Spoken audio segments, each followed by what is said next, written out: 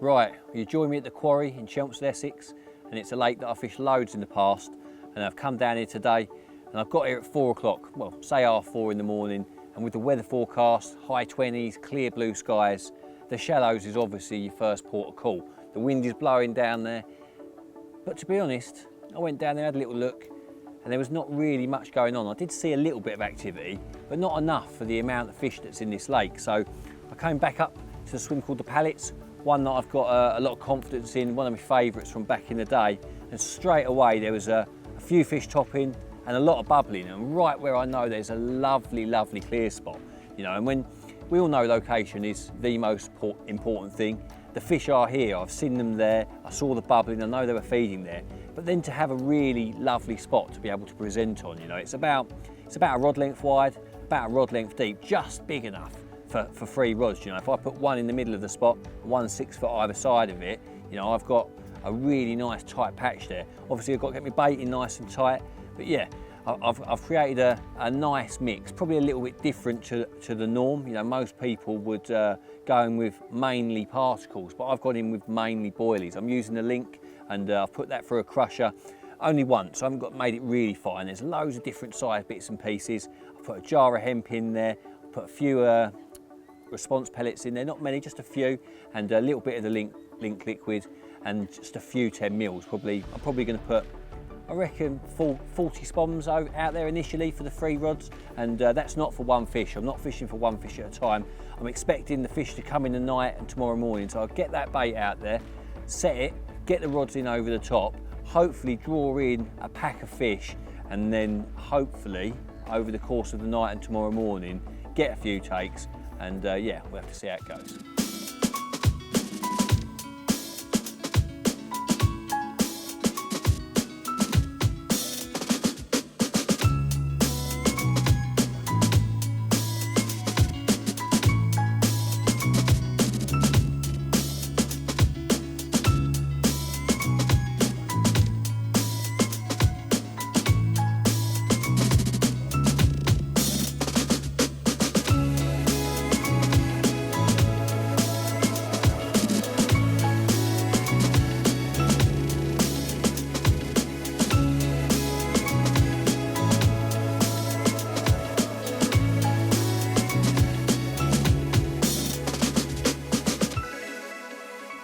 With my spod rod clipped up and plumbing meticulously done, it was just a case of getting that bait out there as accurately as possible onto the spot.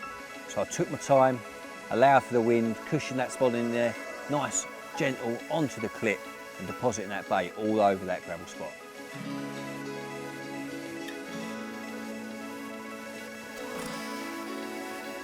All that remained was to get those 3 hook baits out onto the spot with the same accuracy that I had with the bait.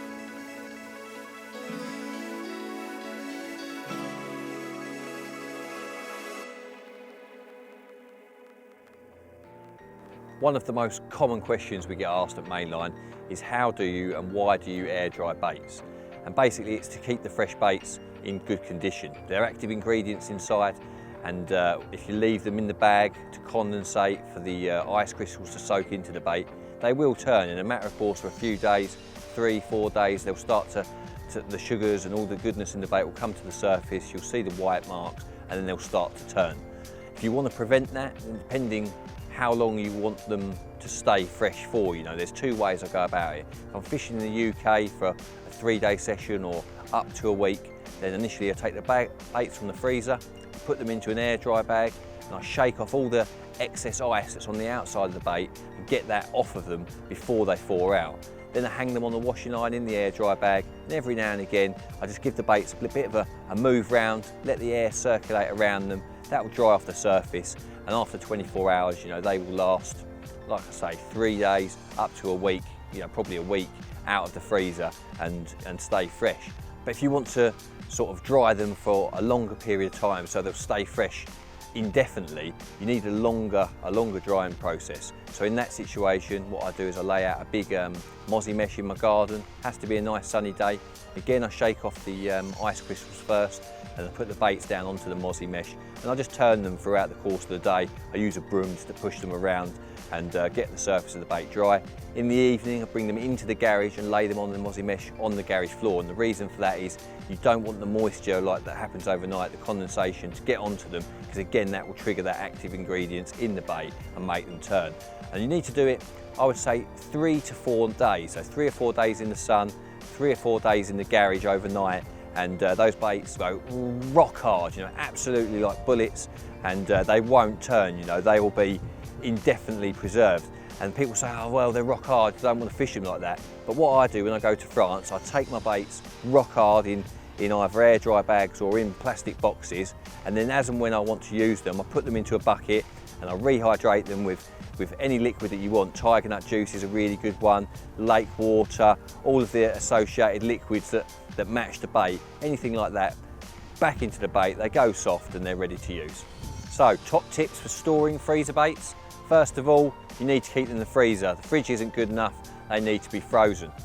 Number 2, when you take them out of the freezer, they need to come out of that plastic bag as soon as possible. Point 3 is to put the baits into an air dry bag, making sure you've got good air circulation, and that will stop the moisture triggering those active ingredients. And finally, point 4 is when you're rehydrating those baits, to bring them back to their original state. You know, you can use lake water, but the best thing of all is a little bit of lake water, a little bit of the activators for whatever chosen freezer bait you've done, and rehydrating them brings them back to their former glory, all nice and soft and ready for the carp to eat.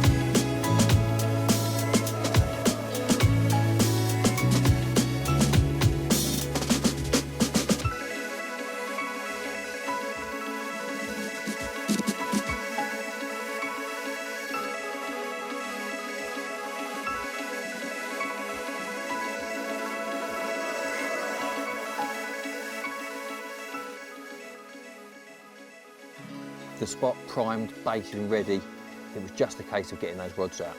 I waited for the wind to drop off, and that allowed me to get all 3 bang on the money. At that point, I was fishing. It was just a case of getting the bivvy up. Obviously, we're not expecting any rain, but we're certainly due a few mosquitoes and hopefully a few carp.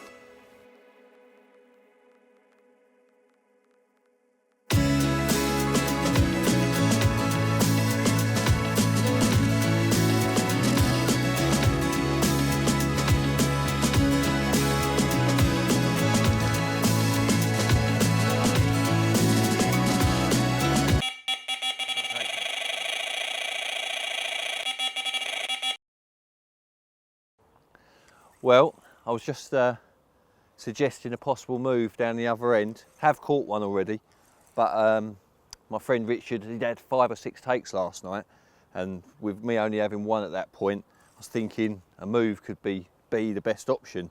But this swim's always been a good morning swim, and with 1 down there waiting, 1 on the end, you never know, there's still 2 rods on the spot, could get a couple more yet, so let's get this in and see what it is. Whee.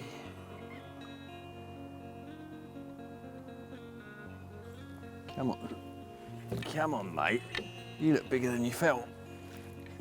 That looks like after. Oh, don't. Go on, here we go. Yeah, got him.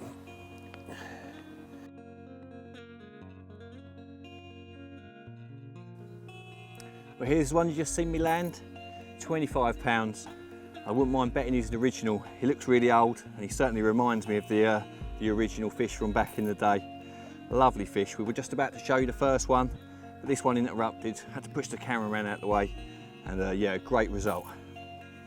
We'll just slip this one back, and I'll show you the other one. There he goes.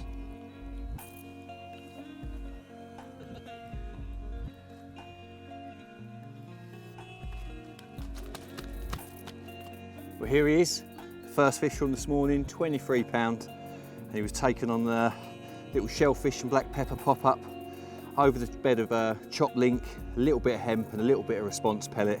And I think today the course of action is get a bit more bait out there. I think the feeding spell's over for now, and reset those traps for tonight / tomorrow morning, and I'm sure there'll be a couple more like this.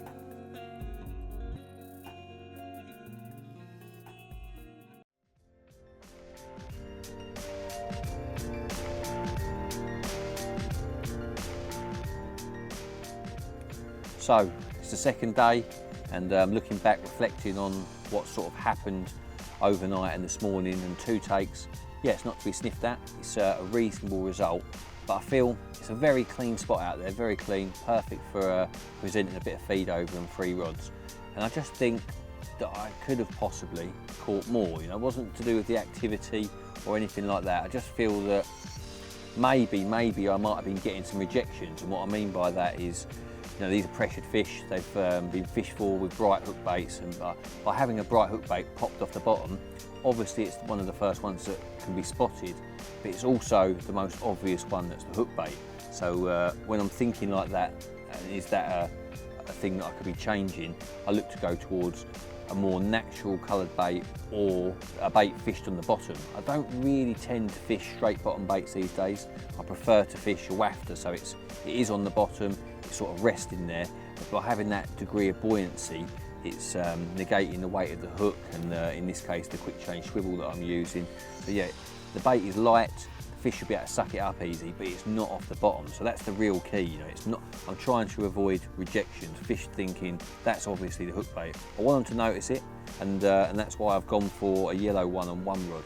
You know, I've got the essential cell on 1 rod and the link cork wafter on the other. So the link is a complete match to what I'm feeding, and if they're actively searching it out, then there's no reason for them not to take that.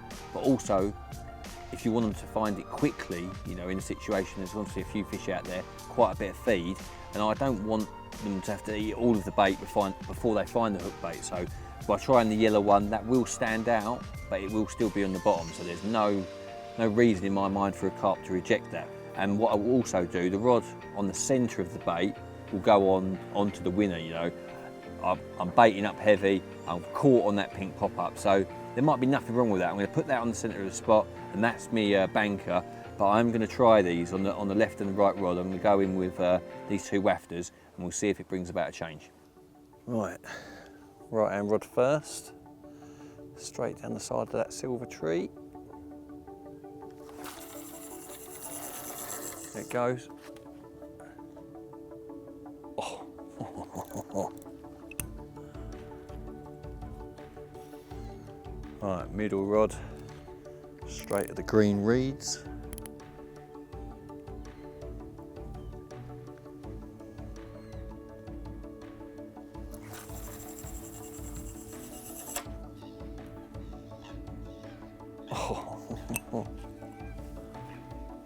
And the left rod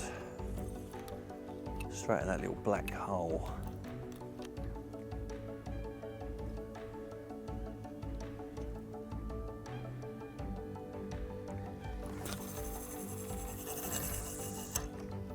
Oh, yes. Conk.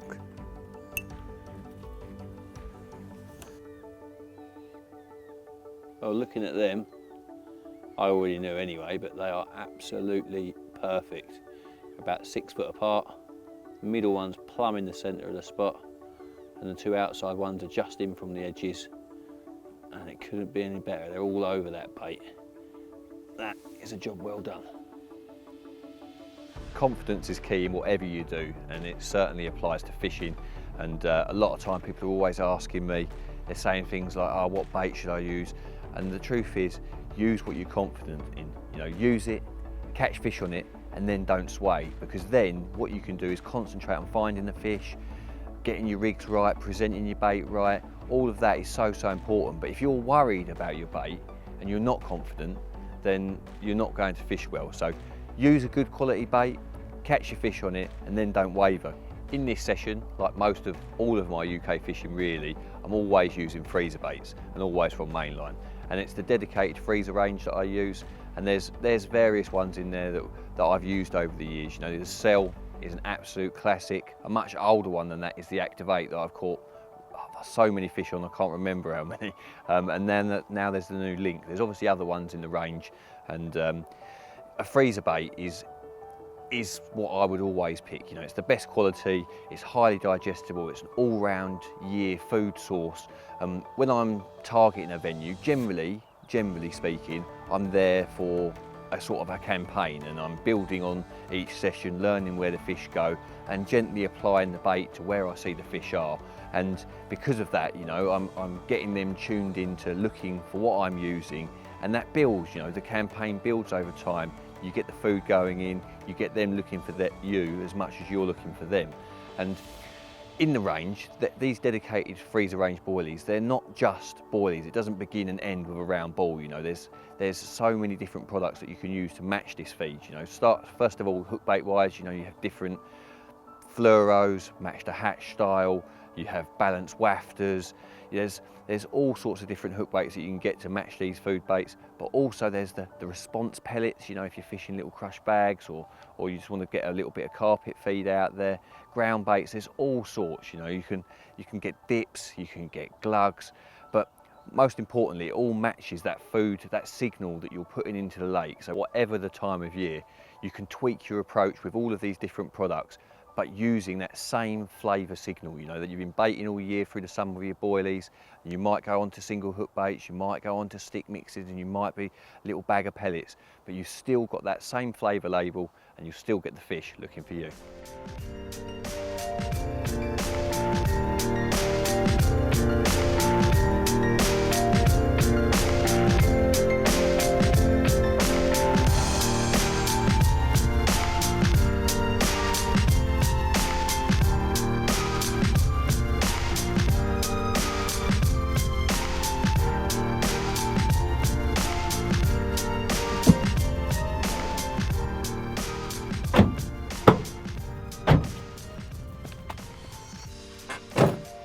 Well, that's it. We've come to the end of the session, and unfortunately no more fish to report. You know, hindsight is a wonderful thing in carp fishing, and yesterday after Richard came down and said that he'd had 6 down the shallows, and with the weather I probably should have moved down there, you know, but having just caught fish just after he told me that, I thought maybe the fish are just getting on our bait, and maybe I was going to catch some more. So I went with that. There was a few fish down this end, like we could see them in the weed beds on the other side, and there was every potential for them to come out and have a little feed. But flurry of tench killed that this morning, and like I say, no more fish to report.